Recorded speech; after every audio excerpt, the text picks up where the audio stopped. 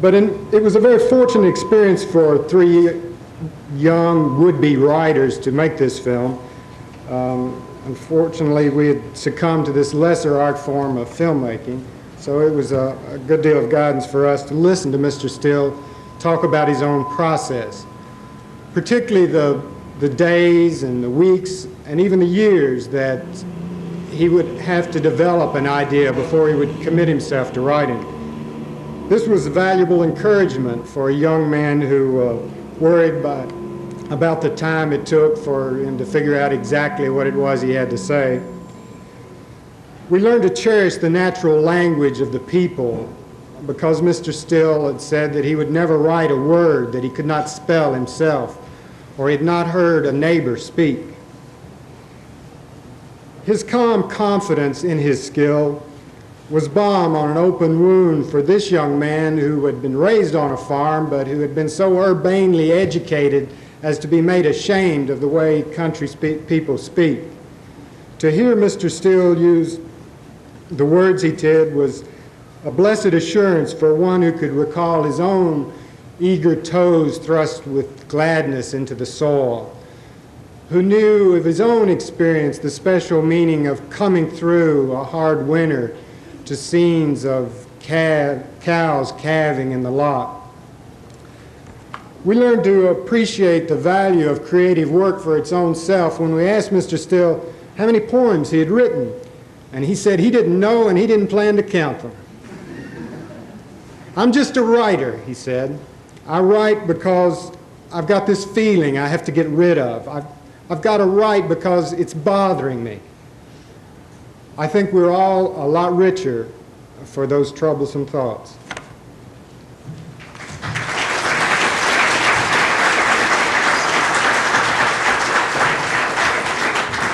This film we're showing in two sections. We'll show the first section, and then there'll be a couple other people from Apple Shop, and then we'll show the final section in a few words.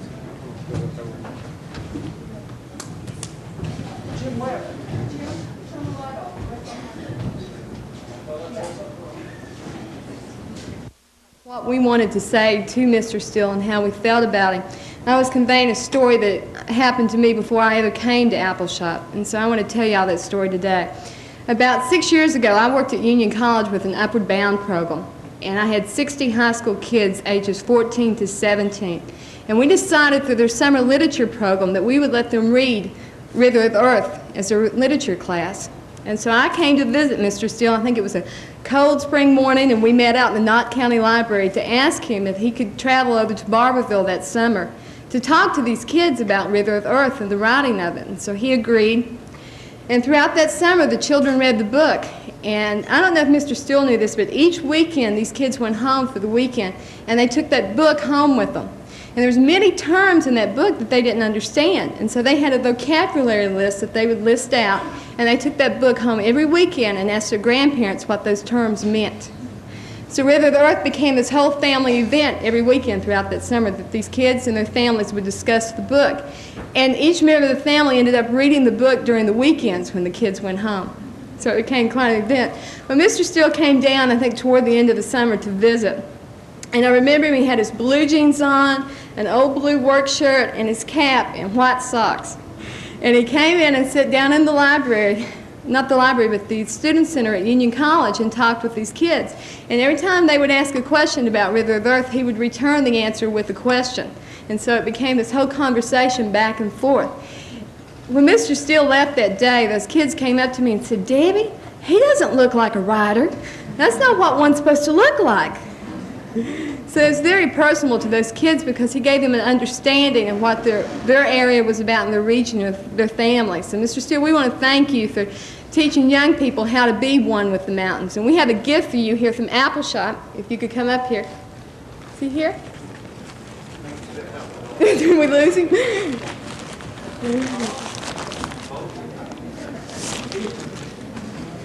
he back there? This is his big apple from the Apple Shop.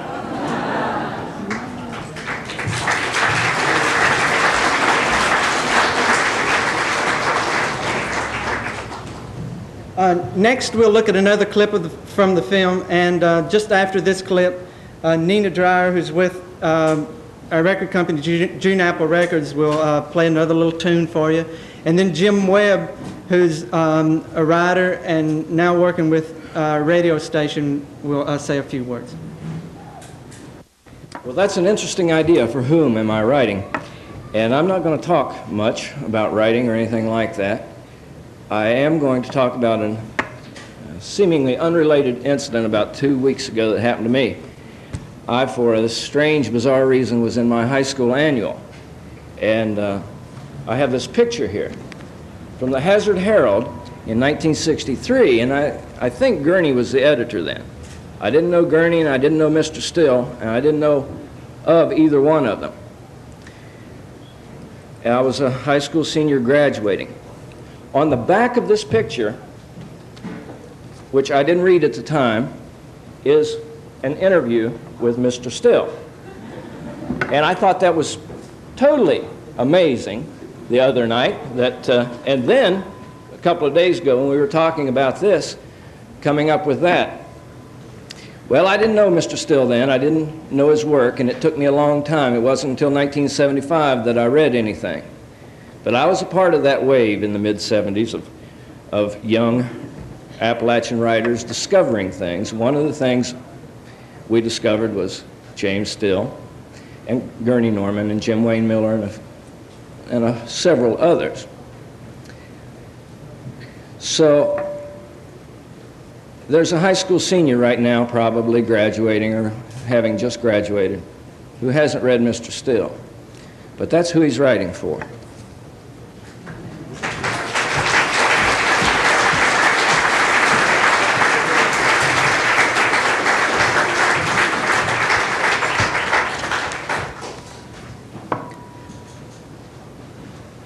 On behalf of all the people at Apple Shop, we want to thank you, Mr. Still, for being our neighbor. He's been a neighbor in the fullest sense of the word. Y'all may remember the story of the Good Samaritan when the disciples asked, how do you know who your neighbor is? And the story came out and told the answer to that. And it's not all people who are your true neighbors who are the people near you, but in this case, it has been a true neighbor, and we thank you.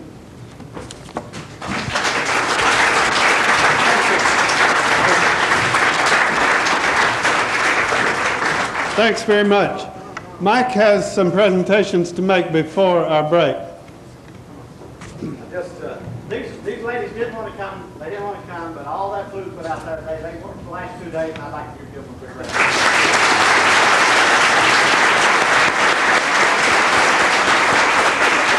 Thank you. We're running about 15 minutes ahead of schedule, so let's take a 15-minute break. Be back at 2:30, and we'll probably get through a little earlier than we predicted here.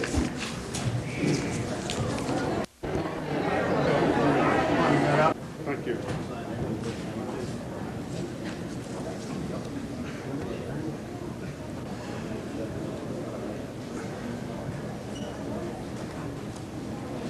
Wilma Dykeman is a novelist, a biographer, an essayist. She's an adjunct professor of literature at the University of Tennessee. Some of her students are students from a program that she helped to create at the University of Tennessee at the James R. Stokely Institute, are here with us today.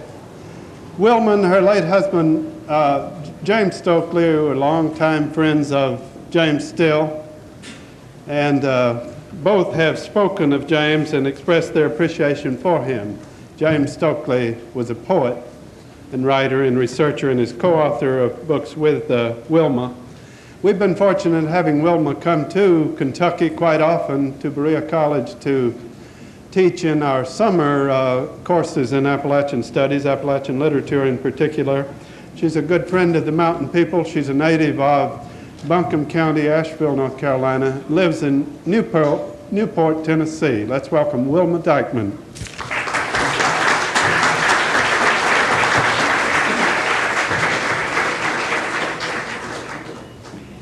Well, all of you know that James Still, as he said in the film, was a librarian. And I was trying to think about ways that I might indicate how pleased I was to be part of this special day. And I remembered an incident that had happened to James and me many years ago, and it seemed appropriate that I might share it with you.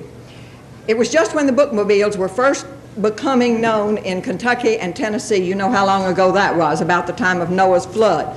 But anyway, this was an exciting thing to us to discover that books were going to be taken out to people who didn't have ready access to them, but not only in the mountains and not only in the rural areas, but in cities across the country, where people did not in their areas of towns and cities have access to books. So this seemed to us to be a great nourishment and a great movement, and we thought this would make an interesting article, so we decided to go out and explore this. So very early one morning we got up, way before daylight, went down, joined the bookmobile and the bookmobile ladies, and we went way back into the mountains, up the interstate, up the state road, up the little county road, and finally we came to a little crossroads store. And there, very early in the morning, the fog was just beginning to lift. Out of that store came a whole group of people, older people, middle-aged people, and children, all holding books, books that they had really read over the past couple of weeks, and they'd come to get new books. And the whole crowd was led by a little girl, perhaps 7 years old, with a little fresh gingham dress on and her face just scrubbed and her little hair still wet where she'd slicked it down with the comb. And as I came down the steps of the bookmobile, there was suddenly, it was springtime, there was suddenly the most wonderful fragrance in the air. And I stopped and I said, "Something smells so fragrant this morning. What is it that is so sweet?" And this little 7-year-old girl stepped forward and she said, "Why, it's us. When the bookmobile ladies come, we put talcum in our bosoms." Well, she didn't have much bosoms, but she had a lot of talcum powder. I wanted James Still to know I put on talcum powder today.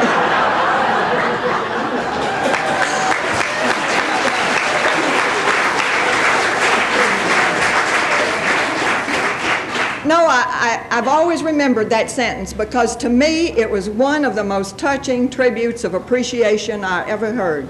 That she had no gift and nothing she could bring except that sort of gift of a fragrance, and it sounded just like Nezzy Hargis might have said that, or the little girl who imagined Mrs. Razor. It sounded just like a little girl that James Still might have known. How many of you know the story, have read it? You're not going to get a grade on this. I just wanted to have read The Pattern of a Man. Oh, good, because you won't appreciate my few little remarks here, I'm afraid, if you have not actually read The Pattern of a Man. But I wanted to read you a little exchange. I don't know whether it would be the pattern of a woman or not, but we could call it Newport, Tennessee, February 5th, 1986. Mr. Mike Mullins, Hindman Settlement School, Hindman, Kentucky. Sir, I take my pen in hand to thank you for inviting me to be part of the Master Time, celebrating Mr. James Still's birth date come July. I have heard you aim to ask the whole push of Appalachian scholars and book-learned folks to speak their piece about Mr. Still. They'll all be there, thicker than yellow jackets at a stir-off, because Mr. James Still is the very pattern of a writer the best of them like to ponder. For the rest of the bunch of witties that don't step up to his books and make his acquaintance, I say people like them ought to have their heads pinched off when they're born.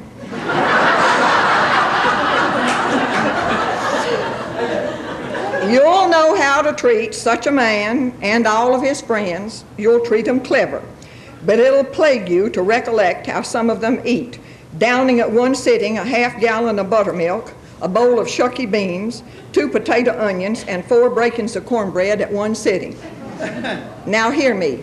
I'm putting the bee in your ear about them that has little minds and big stomachs. My opinion, the likes of them will shun the day and the lively time you plan. Faithfully, Wilma Dykeman Stokely. Newport, Tennessee, February 15th. Dear Dr. Mr. James Wayne Miller, Bowling Green, Kentucky. Your invitation to Mr. James Still's birthday party in July settles my mind about such a frolic, and now I'm all in a hump to be part of that day. It'd take a tight-fisted turnkey or a stout lumberjim to fight me off. I've sized you and Mullins up, and that Jones fella, and I've sized you three up as sharp tacks who know how to give honor where honor is due. I'll say no more for now. Your friend, Wilma Stokely. Newport, May. Dear Jim Wayne, Mike Loyal. Anybody out there? I have scanned the paper you sent around, naming them that will say words at James Still's master time. I saw the quality of that crowd quicker than hell can singe a feather. And I take my pen in hand to tell you I'm ready to play Quiet Bob at that affair. You must have me sized up as a witty of a widow woman if you're of a mind that I look with ease on speaking any words of interest at the end of such a feasty day. And I might have added at such an end of such a hot day. I'll plague you no longer for scattering your brains to the sparrows and getting me in such a gone. Sincerely yours, Mrs. James R. Stokely.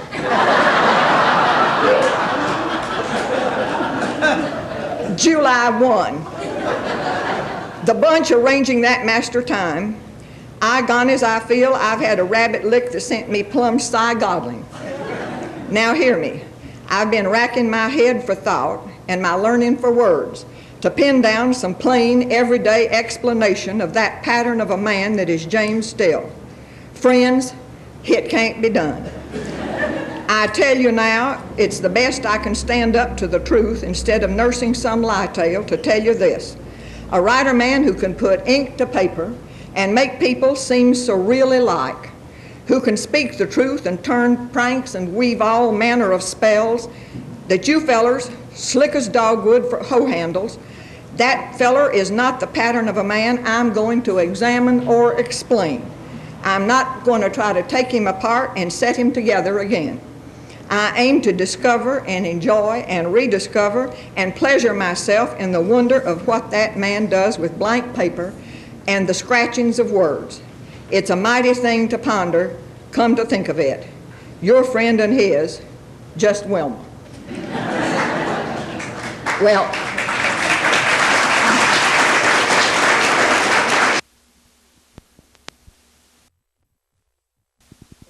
who believe in spirits and in ghosts, because I believe I'm not here by myself today. There is somebody here with me.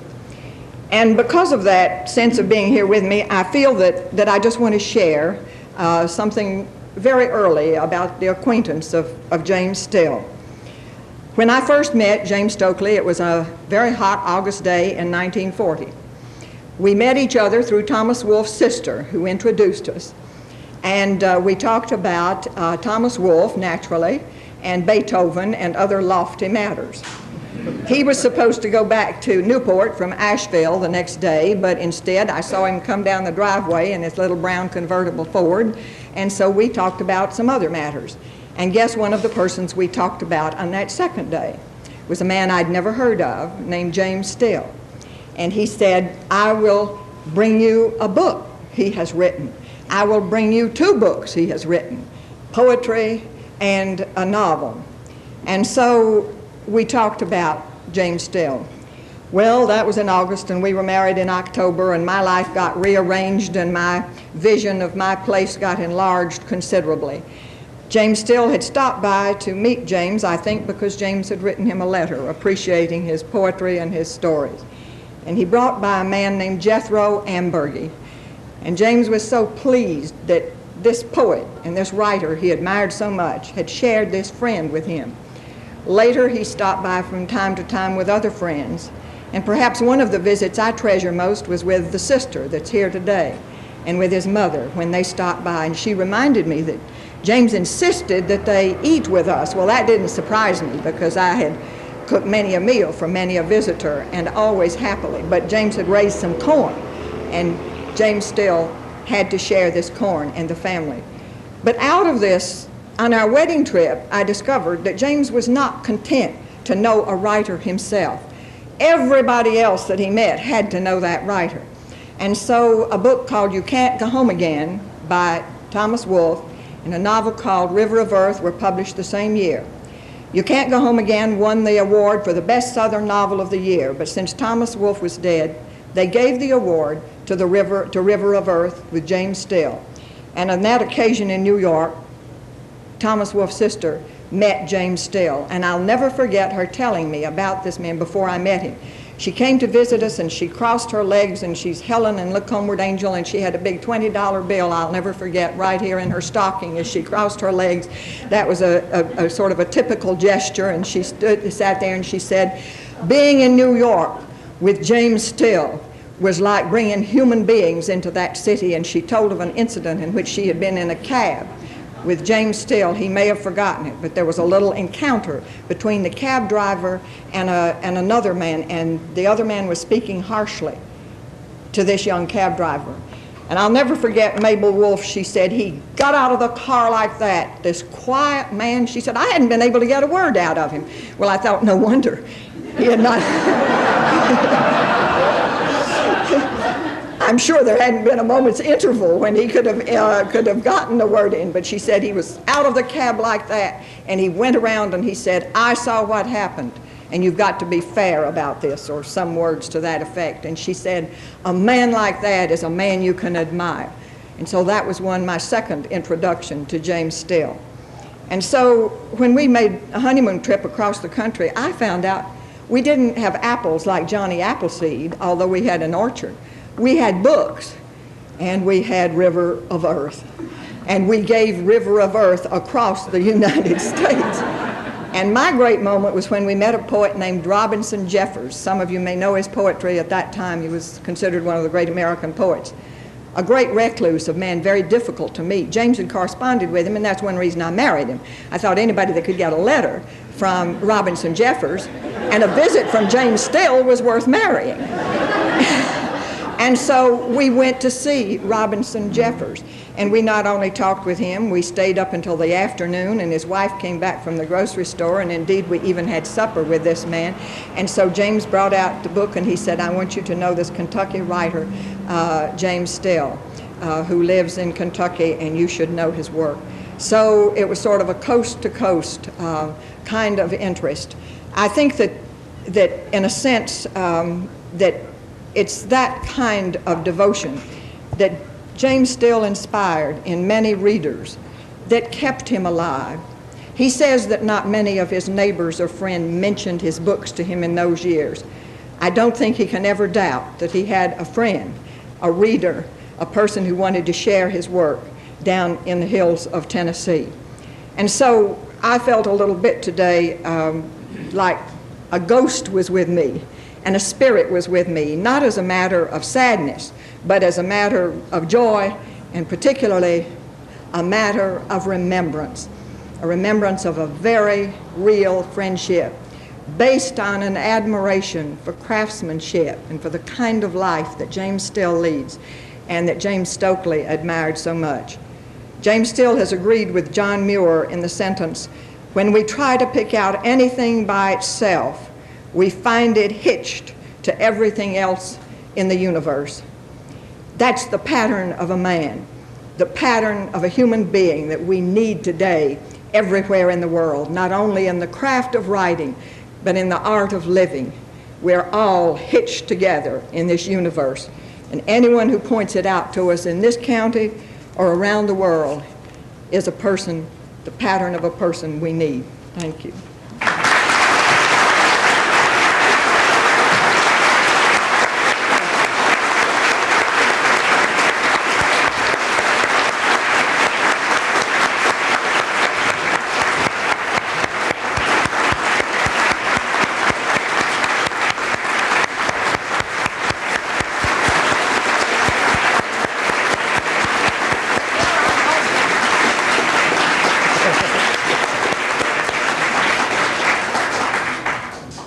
Thank you very much, Wilma. Bill Morton is here from Hazard, Kentucky, and would like to make a presentation to Mr. Still at this time.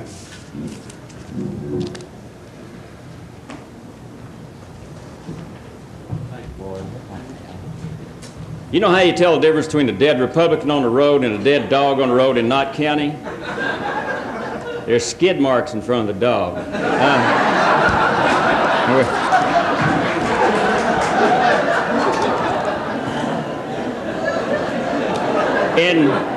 In the fall of 1941, after being taught the King's English by Miss Emma Baker Ross in Hazard, Kentucky, I matriculated at the Farmer School of Virginia at Blacksburg.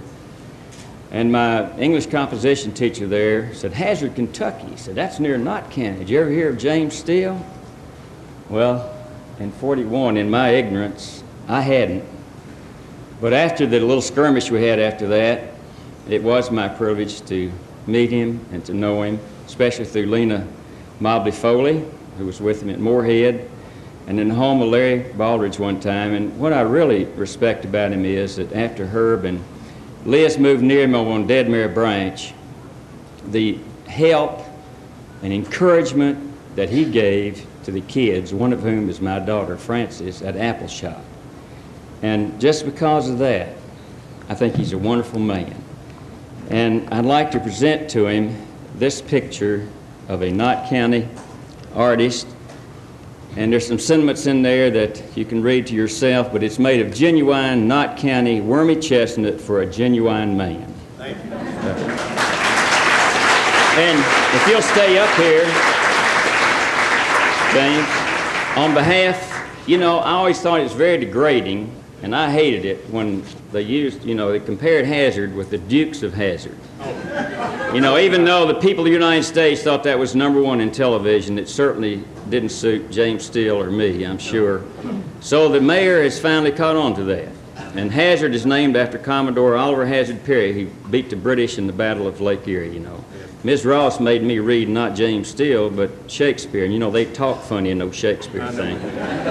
So on behalf of the Lord Mayor of Hazard and the people of Hazard, Kentucky, to whom all these presents shall come, know ye that the Honorable James Steele is commissioned as an honorary Commodore of the city of Hazard, Kentucky, and I hereby confer this honor with all the rights, privileges, and prerogatives appertaining thereunto, and you don't have to pay taxes. And I'd like to give you a key to the city that really has some utility. You can open a dope with it and get a quill to suck it through. Thank you, sir. Appreciate it. Thank you very much.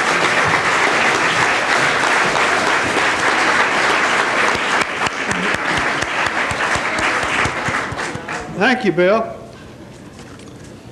It's a pleasure to present Mr. Al Smith, who is a member of the Hindman Settlement School Board.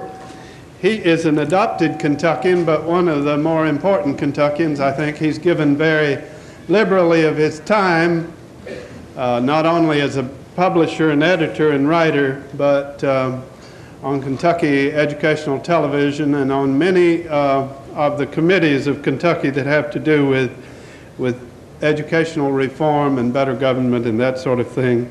So we're pleased to have Al Smith. Let's welcome him.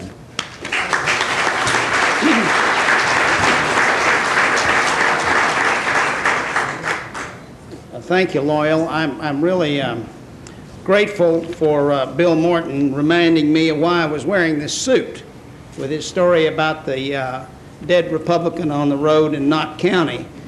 Somebody asked me at the break, didn't I feel uncomfortable wearing a suit and tie? And I said, not on this occasion. I said, this is my Carl Perkins memorial suit. It's designed to breathe in the summertime in East Kentucky.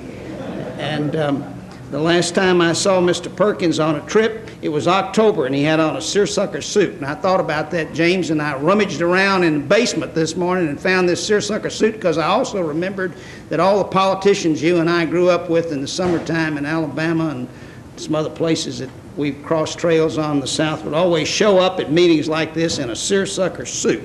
So the politicians, which we have somehow or another united Mr. Steele and I in strange places. We dedicated that Appalachian auditorium over there, Bill, James and I, at least 3 times, I believe, when I was working for the government in Washington. We'd come down every time they'd get a new contract together, and decide to put another brick in the building, they'd call me, Mike, or Herb, or somebody, and we'd come down, they'd get Mr. Still, and we'd go over there and dedicate it. And then Bill would reintroduce himself to me as a Republican mayor of Hazard, and he's really proud of that. You should be. Then, of course, the Lord later, for punishing me for my sins for being a Democratic newspaper editor in Logan County over in West Kentucky for 25 years, sent me to London and Laurel County to publish a newspaper to kind of in repentance as an act of attrition. Most of those folks wore black armbands for a week after I bought the London Sentinel Echo. But the London Sentinel Echo has been graced many times by visits in London and in Laurel County and at Sue Bennett College from James Still, who has this habit of wondering, about whether anybody hears his voice or whether anybody knows he's what he did, or whether they read his poetry, or whether they have read his fiction. And I thought in closing that I would just simply point out that the influence of this man has touched the lives of so many people that in a way that promises to have far more permanence than the works of some of the politicians that Bill Weinberg and I and Bill Morton have followed after over the days. I won't say that I won't remember for all of my life the impact on my life of Carl Perkins, because in all seriousness, Mr. Perkins did link the life of James Still and my life together in a very profound and moving way. When I went to Washington to be the chairman of an agency about which there was great controversy and still remains some controversy, the Appalachian Regional Commission, Mr. Perkins was soon kind of thrust into despondency about what would happen to his people because soon after I went to Washington, you could see what kind of shape the Carter administration was in. They got beat bad. And we were concerned that the program that Mr. Perkins had helped launch for his people in eastern Kentucky and Appalachia would indeed fail and fall far short of his dreams for it. So he encouraged me to do what I could to save what I could of it in a constructive way, and together he and I would come back to this area and we would scrape up dollars that were left out of a dwindling treasury and try to use those dollars to patch up and support worthwhile programs. Everywhere that I turned on visits to eastern Kentucky, I found James Still. He was not asking for anything. He just simply came whenever he thought it was useful for him to be somewhere. And I was surprised to find myself turning more and more to his existence and his work and his commitment to the people of this region as a symbol of what the heritage is of this region. I take great pride in the fact that he really came here from somewhere else. I've never believed this idea about outsiders and insiders. I think that eastern Kentucky has been a magnet, witness this school here, has been a magnet for people who found something here. Bill Weinberg. Every generation, people have to make their own commitment to a land and a place and a time and a people. And we honored Mr. Still as an artist, a serious artist, an artist who really didn't waste words, who was not a politician and not a preacher, but who was a poet. We've honored him as a poet who made a commitment to us. And he made the commitment to us for his own reasons. He was making a commitment to himself, of course, but in making a commitment to himself, he made a commitment to us. In making a commitment to us, he made a commitment to himself. And I found when I tried to talk about eastern Kentucky and talk about Appalachia to people who wondered why the people of 47 states should continue to help the people of 13 states in this nation, that I had to reach for the images of the poets and the writers of Appalachia to explain the people of Appalachia, and the fact that the people of Appalachia have long helped themselves, and they're not people looking for handouts. Mr. Perkins wasn't really looking for a handout. Mr. Perkins was looking for restitution. There's a difference. He was looking for equal opportunity, and I think there are people in this audience who understand that. And James Still's presence gave us a resource. His work and his presence gave us a resource for fashioning words, for fashioning images, for fashioning statements, and for deeds, for action that were made more meaningful because he gave us a picture of our heritage. I'm not a professor, I'm not a writer of any quality, and I'm not a poet, I'm a simple journalist. But I note the people in this audience who are children of James. I was kidding him at the break. I said, you know, I was admiring your youthfulness, and I told Mary Ellen Miller, who's one of the great English teachers in Kentucky, she's the other part of the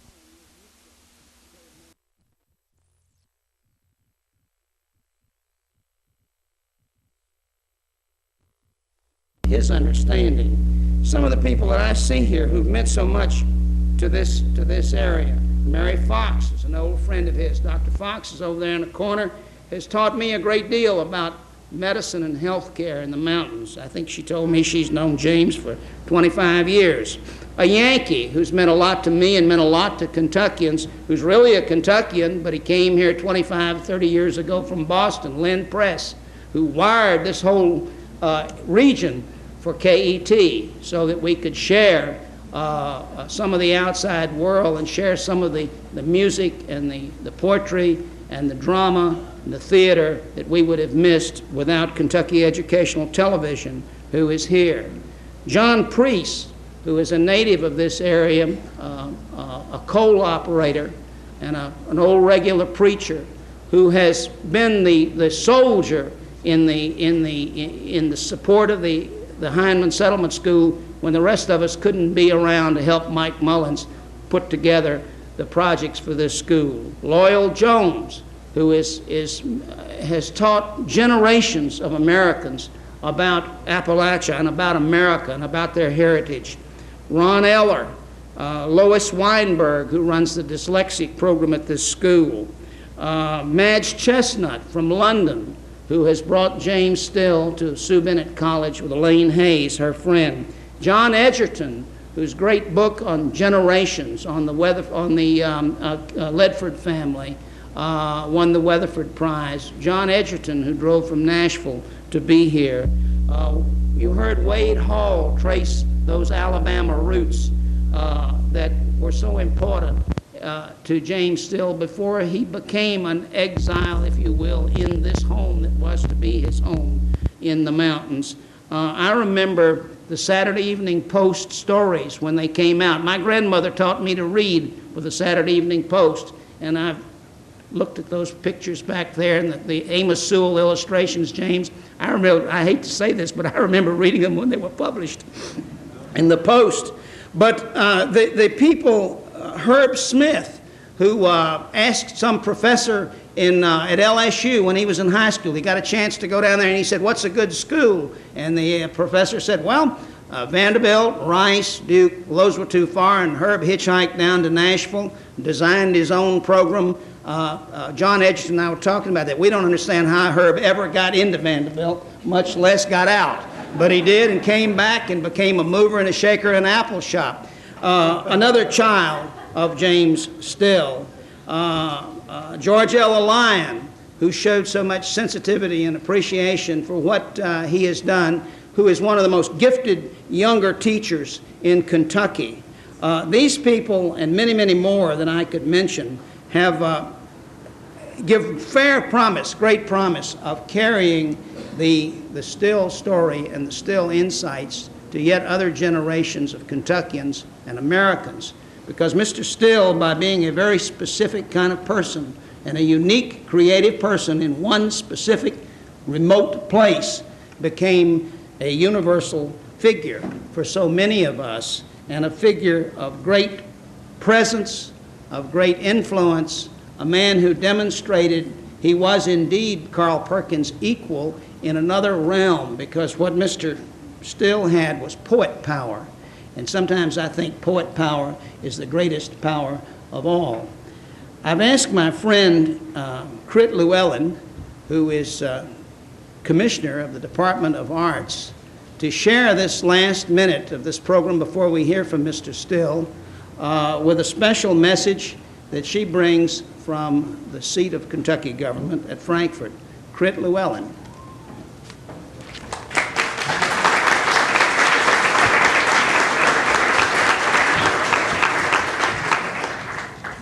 Thank you, Al. Al and I talked earlier, and he said, I won't talk long if you won't, and I'm going to hold up my end of the bargain.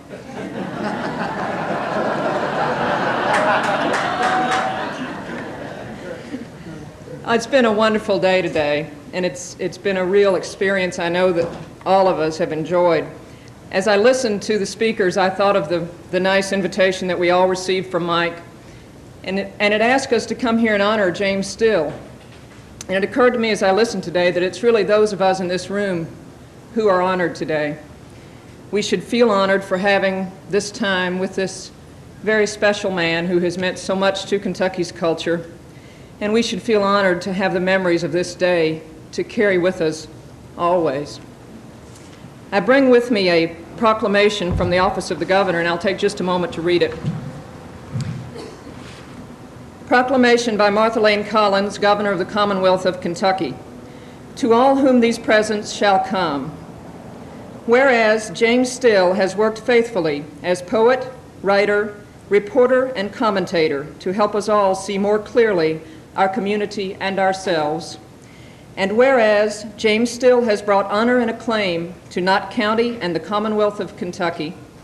And whereas James Still has carefully recorded the living history of the community and the Commonwealth, and whereas James Still has been honored by his Kentucky peers and by national literary organizations, now, therefore, I, Martha Layne Collins, Governor of the Commonwealth of Kentucky, do hereby proclaim Wednesday, July 16, 1986, as James Still Day in Kentucky, in honor of this great Kentuckian's 80th birthday and in grateful appreciation for his contributions to the arts. Done at the Capitol in the city of Frankfort this 14th day of July in the year of our Lord 1986, signed Martha Layne Collins, Governor of Kentucky.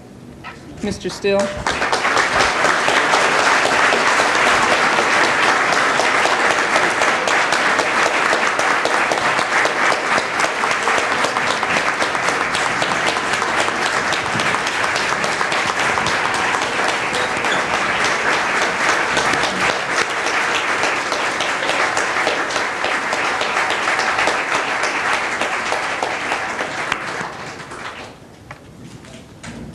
Thank you, Commissioner Llewellyn. Thank you, Al Smith. Appreciate it. Before I introduce Mr. Still, I do want to ask you and invite you to sign our guest register before you leave. This is my last limerick. Well, not really the last, but the last one I'll share. He's the sage of the settlement school. Of sobriquets, none call him fool. He can wisely expound with words most profound as his protégés crowd round his stool.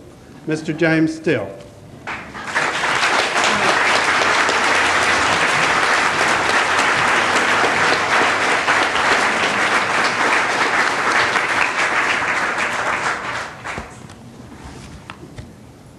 I'm bowed down today with all these honors. I don't know whether I can hold them up or not, for that matter. My father has said earlier today, was a veterinarian, that is a horse doctor. And a veterinarian is a horse doctor who has had limited training, for that matter. But he had good horse sense, and he gave me, I think on 3 occasions, some advice that I remember. One was that I was never to be tattooed. And so I've managed to get by with that. In fact, I've carried that to considerable lengths in that I don't generally wear signs of any sort, and even on my little car, I don't like to have signs. In fact, such signs some time back, I noticed somebody attacked Willie Dawhare for governor, and so I removed that, of course, not because I wasn't for him for governor, just because I don't have any, and I don't wear signs of any sort like that. But what he told me next was, and I have disobeyed, never tell anybody your age. Given time, they will hold it against you. They will use it against you in some way. The third thing, I will remember Goldie Spurlock's statement that never tell anybody anything they can't handle. So we'll skip that one. And anyway, for that matter. Now, nobody has asked me today, I'm surprised, how do you account for your longevity? Well, I never had an answer for that. I have been asked that several times. I have never had an answer for that I thought was any good. But as some of you know, I've kept notebooks over the many years. They go about 25 volumes now. A great many, every facet of life in this area. A good bit of this is people talking. And I found the other day, I looked there, and here was a statement by an old gentleman. He said, you may notice that people with big ears live longer than most.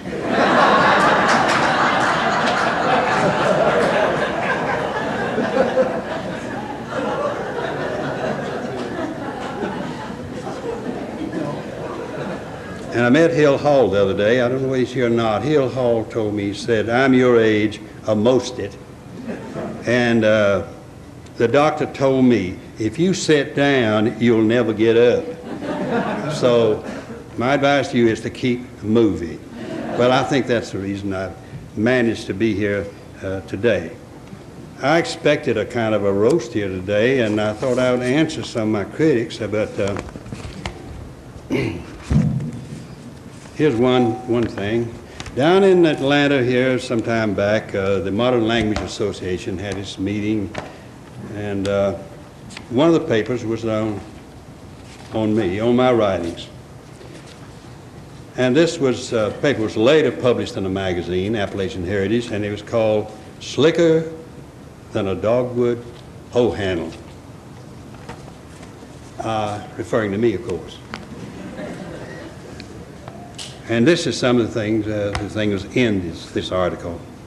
Still is a supremely artful man who mixes misdirection into everything he does. In his public statements about his work, there is a large element of recreational flim-flam. In his fiction, the same duplicity is put to more complicated uses. It shapes his plots, controls the unfolding of events in his stories, enriches his characterizations with unexpected turns, and even determines the basic tone of his writing. With Still, guile is a prime ingredient of art. His trickery is essential to his work's fundamental nature and appeal. In interviews, of course, Still presents himself as a plain-spoken country man, but it would be a mistake to trust this appearance far. In fact, his life as well as his work is marked by an abhorrence of genuine simplicity. Like a number of writers he admires, Twain and Frost, to name two, he is instinctively devious.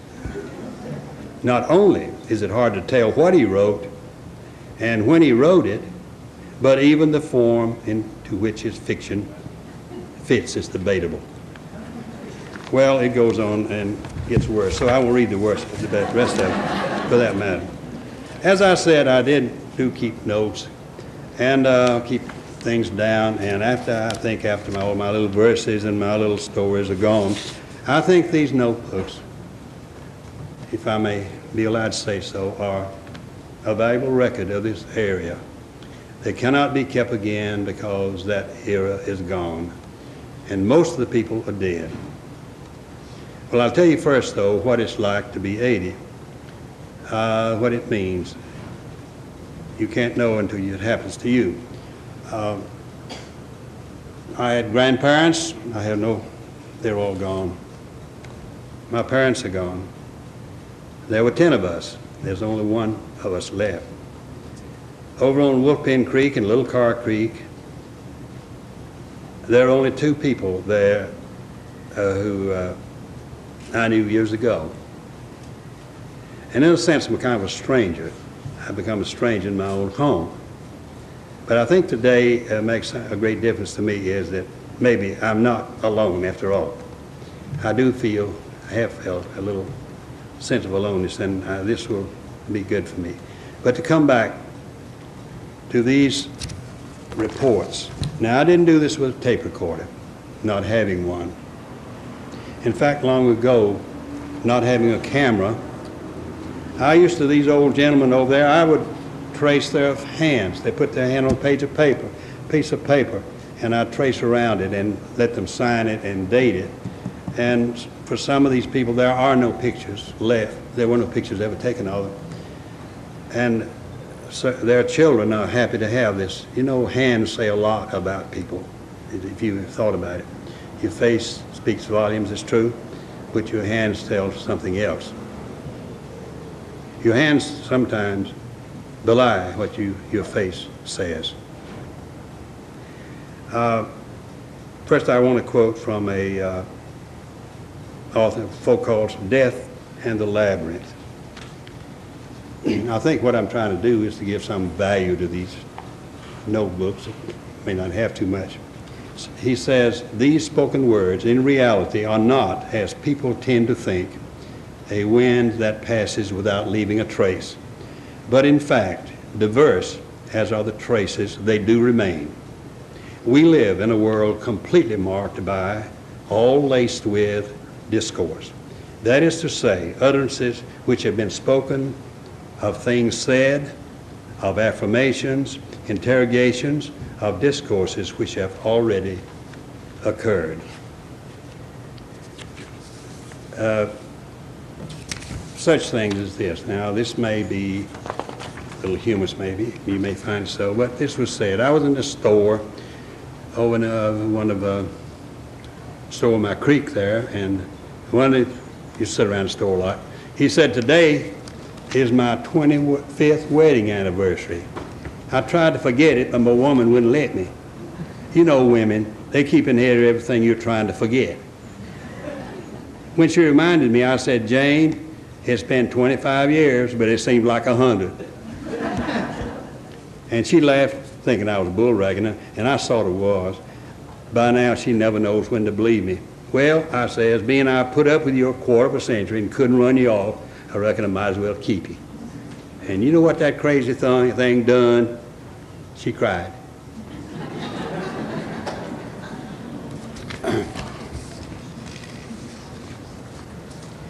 Mr. Smith, Al Smith here, I kept thinking about something that happened to me in London, and I'll just tell this, it's gratuitous, it's true.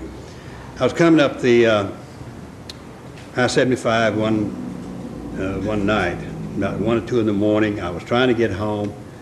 I was very sleepy, and I thought if I'd had a cup of coffee, I could make it.